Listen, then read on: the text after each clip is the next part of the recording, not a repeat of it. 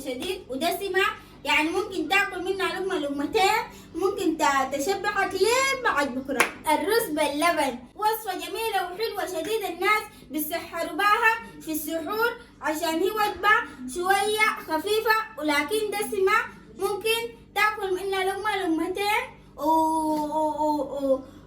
ونفسك تكفل منها وبطنك تقول ملات بطنك. تعالوا نشوف اللي هي اسمها رز باللبن، والسودان بيقول لها مهلبية.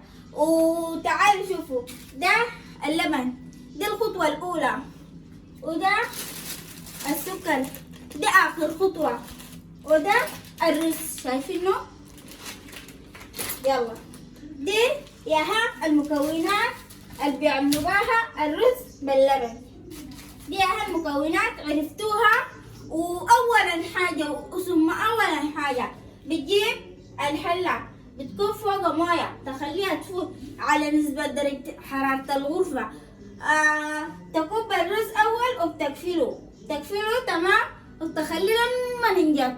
بعد ما ينجف تجي تكب اللبن تقفله مع الرز ينجض سوا تمام. بعد ما الرز نجي تكب اللبن ذاته ينجض معاه، تجي تكب له السكر ذاته تكب له، او ممكن تديه من الفانيليا، او ممكن تعمله بالقرفة، او ممكن بالزبيب، برضو في ناس بيعملوه بالزبيب، او ممكن بجوز الهند. ده كلهم بيعملوا به الرز باللبن، هو اشكال وانواع، في ناس بيعملوه بالجنزبيل بالهبهان وبالكمون وبالحاجات كتير، يعني الناس بتعمل وصفات كتيرة على حسب الذوق والكيف والمزاج. ده ياهو شايفين يا جماعة، هسه قلنا لكم شفهيا لكن حنعملها لكم عمليا، كلكم حتشوفوا وحتعرفوا بنعملها لكم كيف، بس صبروا حبة. شوفوا يلا يا جماعة، بعد ده دخلنا على العملي. شوفوا يا جماعة بمقدار معين بنعمله، بسم الله نبدأ. ده ياهو بس كده، ده المقدار يعني ربع ما نص الكرة. تعالوا نغسله برضو اهي شايفين. يلا كبينا الرز مقداره وغسلناه، وبعد ده دايرين نكبه في الموية الغليانة.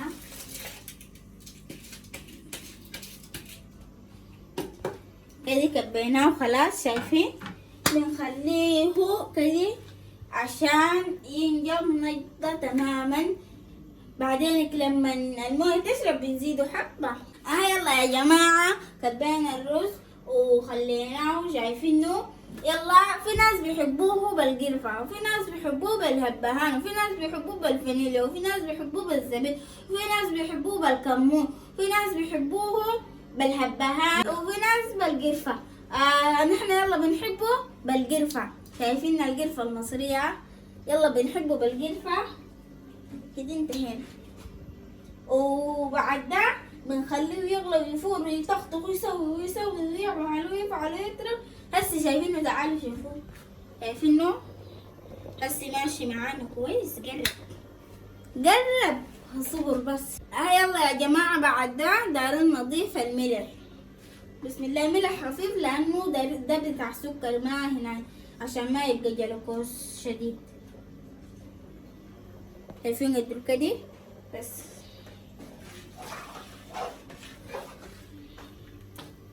بس كده ياهو. ده الرز باللبن اللي ما بتعمله مستحيل نحنا بنفضله. الشاي باللبن اللي ما بتعمله مستحيل نحنا بنفضله. يلا يا جماعة خلاص نجد. يلا تعالوا، شايفينه عينه لو جميل وحلو كيف.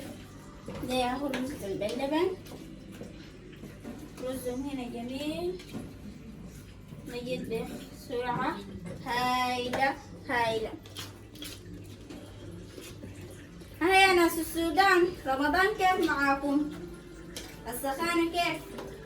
هنا دي يوم مسمح بارد حلو، لكن ما برضو ما زي السودان. احليلة شايفين؟ بس خلاص كده نجي على الآخر. يلا يا بعد ده الرز ذاته شايفين، تعالوا قرب شوفوا ذاته نجط. بعد ده حنضيف له اللبن.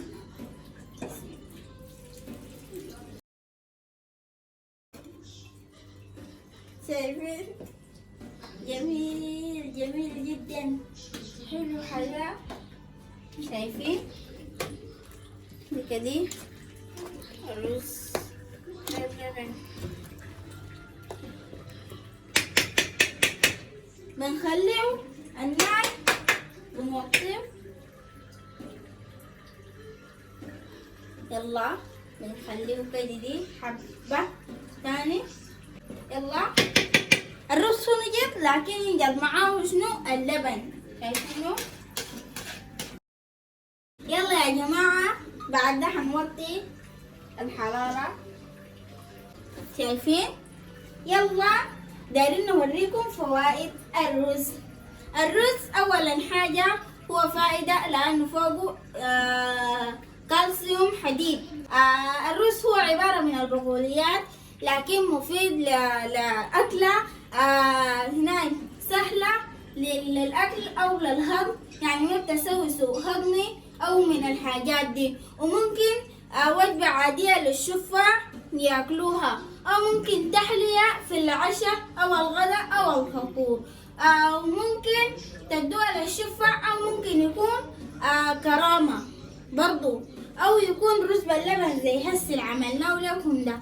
نلف تاني. شايفينه؟ لكن نحن كان بنعمله بلبن البودرة، لكن هنا بنعمله بلبن الحليب لأنه لبن حليب جميل ظابط هنا. يلا دي كل فوائد الرز. والشوفوا هم ذاتهم بيحبوه شديد، يعني في ناس منهم بيحبوه وفي ناس يعني كده يعني حبة، يعني اسلوبهم يعني ما مهتمين له شديد الرز باللبن. لكن في ناس عندهم له وجبة، دائما عنده لهم وجبة جميلة رقيقة حلوة، يعني سهلة الطعم. وكان ما عندكم حاجة وعندكم رز باللبن ونفسكم في حاجة تحلية، ممكن تعملوه برضو جميل يا جماعة. بعد ده كبينا أي حاجة. شايفين الكوباية مقدار السكر ده زي ما عملت مقدار. شايفين؟ بس أنا كبيت كده لأن أنا ما قاعدة أكل سكر كتير، لكن بعدين بقول لهم كبوا برا. شايفين؟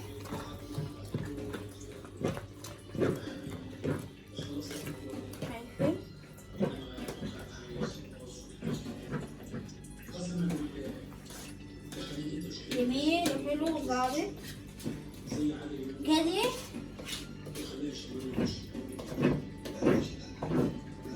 بس كده خلاص.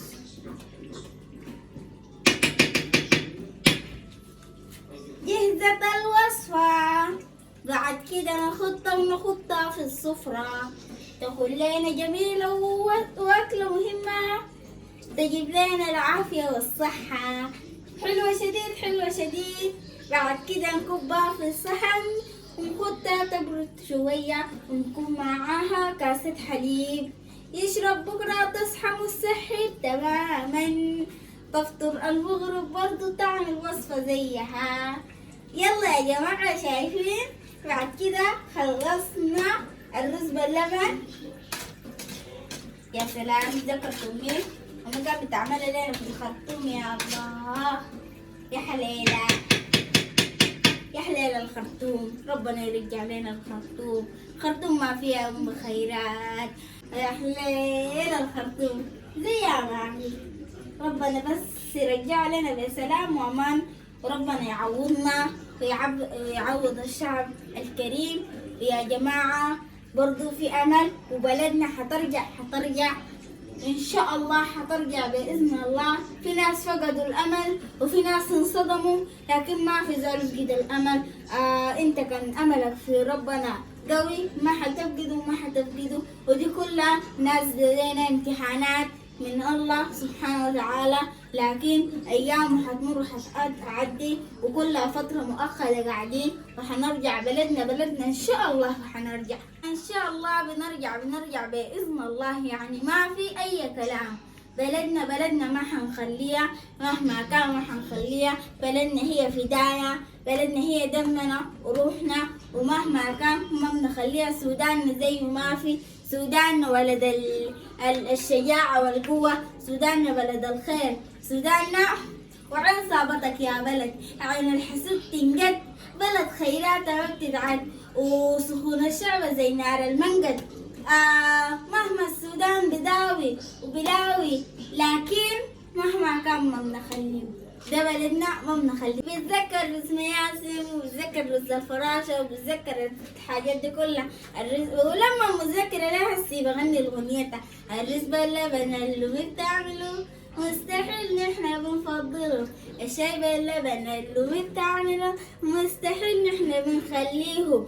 يلا يا جماعة ما تنسوا تعملوا لي لايك وشير ومتابعة، تابعوني على صفحة إسلام ميديا في اليوتيوب والانستغرام والفيسبوك. يلا يا جماعة بعد هذه اللحظة الختامية ودايرين نزين. شايفين دايرين نزينه تمام. أو واحدين بجوز الهند، واحدين بجوز الهند يا بجوز الهند والزبيب. يلا نبدأ بجوز الهند. شايفين؟ بسم الله. عينو شايفين؟ ما شاء الله حلو الليلة طلع زي الكاستر يحلى. صحيح دايرين نعمل لكم برضو كاستر جميل بكون. شايفين؟ زينا الطباقة. يلا نبدأ بالزبيب.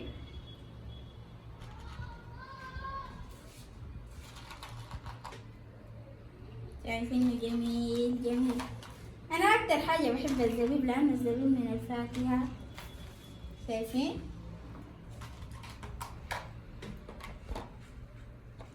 اتفضلوا معانا في الزبيب، هاي اتفضلوا معانا في الرز بالحليب.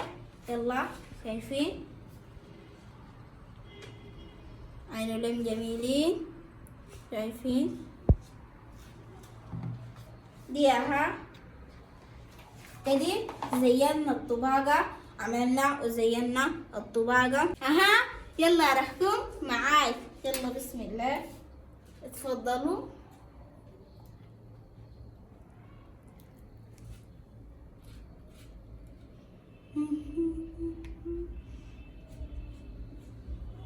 رهيب رهيب رهيب جميل شديد. عن قريب إن شاء الله حنجيكم في تركيا نعمل لكم الوجبات والوصفات دي إن شاء الله، إن شاء الله بإذن الله. شايفين ده للسحور سمح جميل. دي أكلة شعبية شديدة، أكلة شعبية. وإن شاء الله يا جماعة دي حنعملها لكم قدامكم إن شاء الله بإذن الله، وحتشوفوها وحتعرفوها وحنوريكم باقي الملاحات. ياهو اتفضلوا يا متابعين شيلوا الطبقين ديل معاكم، دخلوهم جوا التلفون شيلوهم.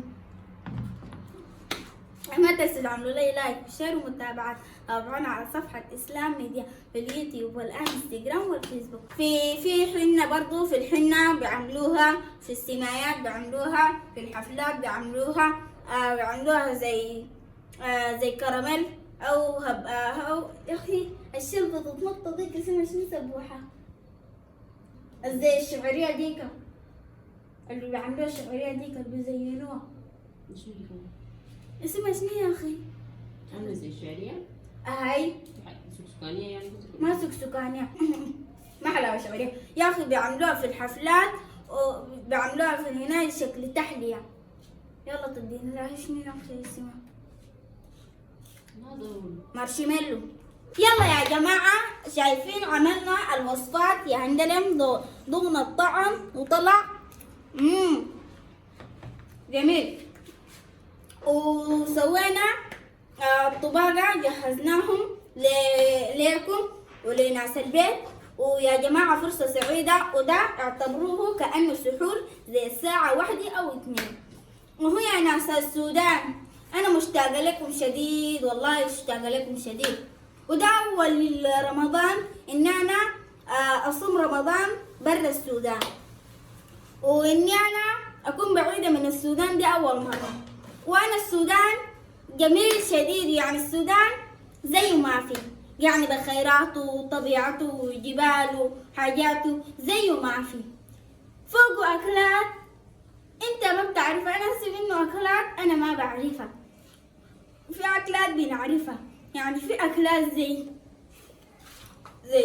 زي ملح الكجيك، أو زي ملح الكركديه، وزي الكول ده أغلبية الناس ما في ناس بعرفوه. في ناس بيعملوا الويكة وبيرشوا بيه فوق، ما بيعملوه بالدكوة أو الحاجات دي، وفي ناس بيعملوه في البيت. وإن شاء الله ملاح هي الكول مش بيزرعوه بنوريكم زراعته هي وين وبيسووها وين، وإن شاء الله يلا جهزنا معاكم الطباقة، وإن شاء الله فرصة سعيدة علينا وعليكم، وربنا يجمع شملنا ويجمع شمل أهل البلد، وربنا يرجعنا إن شاء الله رمضان هي العيد الجاي ده يلقانا الطيبين وفي أحسن حالة، وقاعدين في نص بيوتنا وفي نص بلدنا. يا الله يلا تغفر لنا وتغفر لكل الناس، ويلا ترحم موتانا وموتى المسلمين، ارحموا من في الأرض يرحمكم من في السماوات. ويا الله تصبرنا، تصبر أهل الشعب، وتصبر كل ما يأتي في بيوتنا وقلوبنا وبلدنا.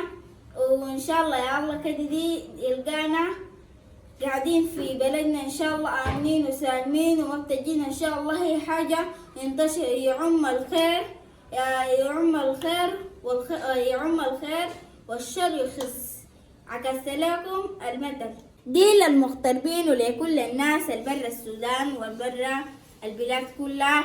وما تنسوا تعملوا لي لايك وشير ومتابعات، تابعونا على صفحة إسلام ميديا في اليوتيوب والآن انستغرام والفيسبوك. مع السلامة، وبحبكم من أعماق قلبي، ودايرة صفحتي تعمل 1,000,000 متابع إن شاء الله بنجيكم يا بإذن الله.